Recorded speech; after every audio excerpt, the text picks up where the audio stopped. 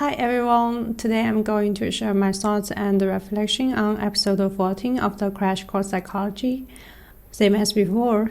So this episode starts with a very fun story about someone who recalled the memory, however it turned out to be wrong. One thing I learned is that the memories are easier to find when we get a little nudge, which is called priming. The place or situation we are in can also help.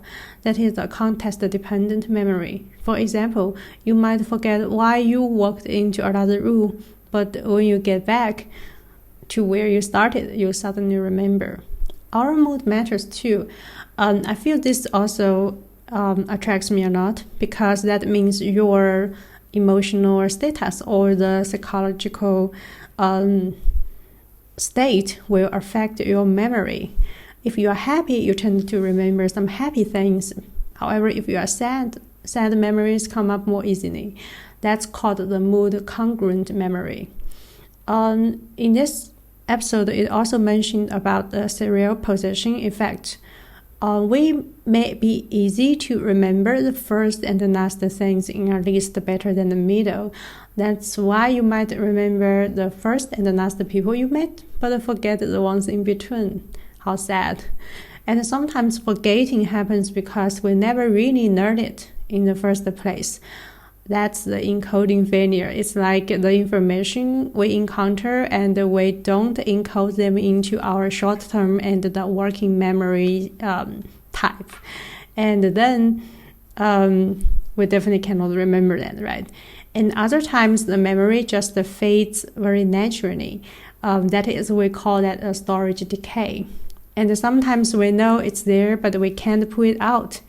That is called retrieval failure, like when something is on the tip of your tongue. So old and new memories can also block each other.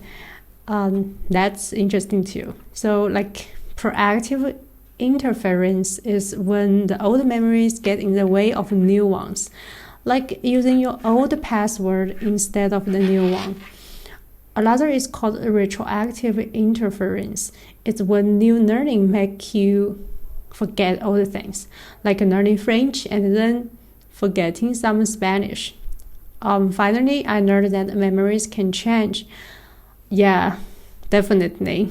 Same as the last episode talks about. The misinformation effect is when false details snag in and change what we think happened. Like source amnesia is when we remember something but forget where it came from. Like telling a story and not realizing you read it in a book, not in real life.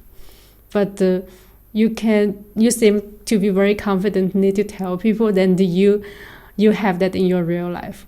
Okay, so when I was learning both the Spanish and the French, like the example it gave in the episode, I think people may be easily to keep mixing up the words across the languages. So that is like they always say, I forgot. And then if we put some specific a context, they can say, I remember. So seems like there is remembering the forgetting curve depends on the situation. And if they frequently review things, they can remember that for a longer time. I think learning the psychology course, by this every episode with vivid examples as well as very easy to understand terminologies, it's really great to see the historical development of our understanding of psychology, of our brain, of our calculation systems. And in terms of the memory, I do feel there's a lot to discover in the future. And we just maybe have a very small piece of knowledge about it until now. So I'm very looking forward for the future learning, and I'm so glad to share that with you. Happy learning. Bye.